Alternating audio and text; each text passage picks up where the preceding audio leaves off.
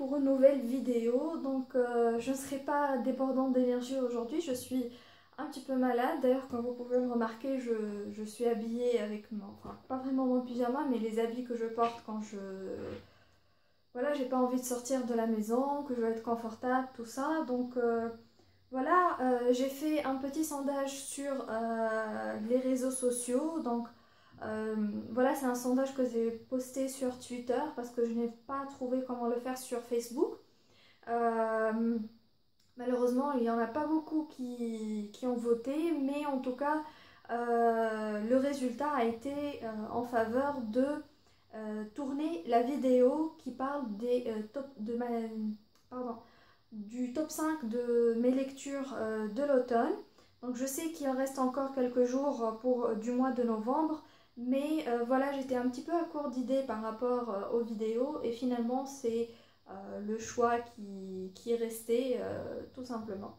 Je vais tout de suite commencer. Ce n'est pas vraiment classé dans un ordre de préférence, c'est juste les 5 lectures qui m'ont le plus plu pendant ces 3 mois, donc septembre, octobre et novembre. Euh, pour ce qui est de mes lectures en cours, je suis en train de lire Cimetière de Stephen King. Donc je ne sais pas si je vais le finir d'ici la fin du mois, mais en tout cas si je le finis, je pense très certainement qu'il aurait fait partie de mon top 5. D'ailleurs, hypothétiquement, il fait partie de mon top 5, même si je ne l'ai pas encore fini. Mais voilà, ça compte pas vraiment. Donc je vais directement commencer par voilà, un livre qui m'a beaucoup plu, que j'ai lu début septembre. C'est How It Went Down de Kekla Magoon. Donc ce livre, j'en ai parlé dans un point lecture, donc je vous laisserai le lien ici, ça s'affichera. Ensuite, c'est vraiment un livre qui m'a énormément touchée. Il m'a fait pleurer, il m'a fait réfléchir sur des sujets qui sont super importants, comme voilà, le racisme, la pauvreté, la vérité, donc la manipulation de la population par les médias, par les politiciens, des choses comme ça. Voilà, c'est des sujets qui sont super importants et la façon dont l'auteur a formulé ce livre était d'autant plus touchante de par, comment dire, elle fait vraiment sortir la fragilité de l'être humain et voilà. Donc c'est un livre qui m'a énormément plu. Comme je vous l'ai dit dans mon point lecture, j'ai cherché, je n'ai pas trouvé de traduction en français pour ce roman, mais si vous lisez en anglais, je vous jure que ça vaut le coup. C'est vraiment une lecture très importante. Je crois que même si vous ne lisez pas exactement ce livre-là, mais de lire des livres qui sont dans le même thème, qui font réfléchir, je pense que c'est très important dans la vie parce qu'on ne pense pas spontanément à ce genre de sujet. Donc il est bon parfois de s'en rappeler et d'y réfléchir tout simplement. Ensuite, je vais passer à mon coup de cœur, mon dernier coup de cœur plutôt. Donc c'est Le Chuchoteur de Donato Carisi. Donc Donato Carisi est un auteur qui écrit du thriller et il est très connu, mais je n'avais toujours pas lu un de ses livres. Donc mes amies Sonia, Arwa et Yosra ont lu Le Chuchoteur et elles m'ont harcelé pour que je le lise à mon tour. Voilà, je ne regrette absolument pas de l'avoir fait. C'est un très bon thriller. Et voilà, donc j'ai découvert la plume de Donato Carisi grâce au chuchoteur. Et je compte bien continuer à lire d'autres de ses romans. D'ailleurs, j'ai sur ma table de nuit L'écorché, le tome 2, voilà, qui m'attend et que je vais essayer de lire au mois de décembre. Ensuite, je vais vous parler d'une nouvelle graphique que j'ai terminée hier en fait.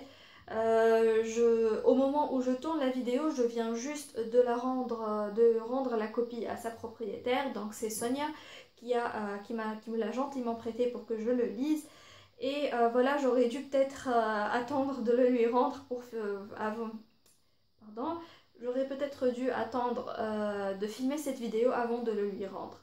Mais bon, donc American Vampire, c'est le tome 8 que je viens de finir. Et voilà, donc il s'est fini sur un cliffhanger absolument qui vous explose complètement la tête, qui vous laisse frustré comme pas possible parce que voilà, le tome 9 n'est pas encore sorti, donc on va devoir attendre une année pour avoir la suite. Et ça, c'est un des trucs que je déteste le plus quand je lis des séries. C'est pour ça qu'en général, je préfère avoir des séries, enfin commencer des séries qui sont déjà finies plutôt que voilà de devoir attendre la sortie d'un tome une fois par an. Voilà, ça fait chier un petit peu. Mais bon, donc lorsque la série en vaut la peine, bah, on attend quoi, on n'a pas vraiment le choix. Ensuite, je vais vous parler de deux livres en fait qui vont être ex aequo, puisqu'ils font partie justement de la même série. Donc au mois de octobre et de novembre, j'ai fini les tomes 6 et 7 de la série Outlander. Et donc c'est, si je me souviens bien, A Breath of Snow and Ashes. Et le deuxième, c'est An Echo in the Bone. Si vous me suivez depuis un moment maintenant sur ma chaîne, vous saurez sûrement que je suis une grande fan de la série Outlander, que c'est pratiquement devenu une obsession, c'est en 2016 quoi. Et voilà, donc il me reste que le tome 8 avant la sortie du tome 9 qui est prévu peut-être pour 2018 je crois. Et donc je ne vais même pas pouvoir lire le tome 8 tout de suite, même si j'ai vraiment envie de le faire. Je crois que je vais essayer de voilà, de retarder le plus possible sa lecture pour ne pas avoir à attendre plus d'une année pour lire le tome 9. Voilà, tout simplement parce que cette série c'est devenu une réelle obsession. Je n'arrive pas à voilà, me sortir de la tête ces personnages, son histoire. Ça m'est jamais arrivé de toute ma vie. C'est la première fois que je suis autant voilà, voilà, plongée dans un monde au point où je n'en veuille plus sortir. Voilà, en attendant de pouvoir lire le reste de la série Outlander, je suis en train d'accumuler en ce moment des livres qui se passent en Écosse. Voilà, tout simplement parce que c'est une façon comme une autre de patienter jusqu'à ce que je puisse voilà, continuer avec la série. Donc pour ceux qui ne le savent pas, Outlander c'est une série qui se passe justement en Écosse.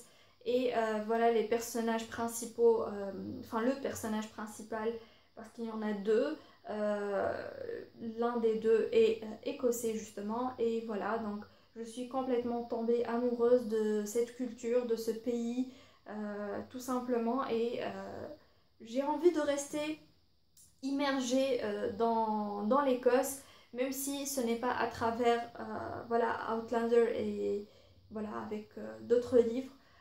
Donc si je peux voilà, vous donner quelques titres, donc je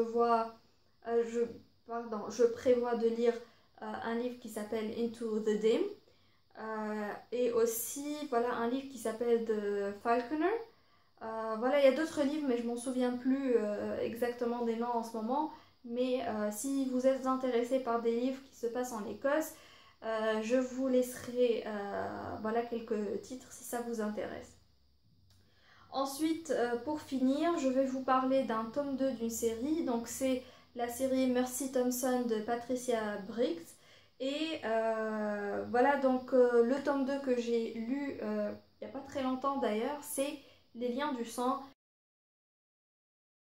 Et voilà, c'est un tome 2 qui était encore mieux que le tome 1 d'ailleurs, et que j'ai beaucoup aimé.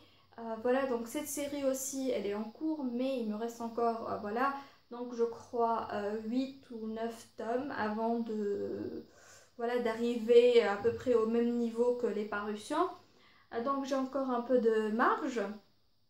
Et voilà, donc je compte continuer avec cette série. Et voilà, on me dit tout le temps que c'est de mieux en mieux. Donc tant mieux, voilà. Moi j'adore les séries. Et si une série s'améliore de tome en tome, bah, que de demander de plus, hein. Donc voilà, c'est tout pour aujourd'hui. Je vous dis à très bientôt et n'oubliez pas de vous abonner. Bye!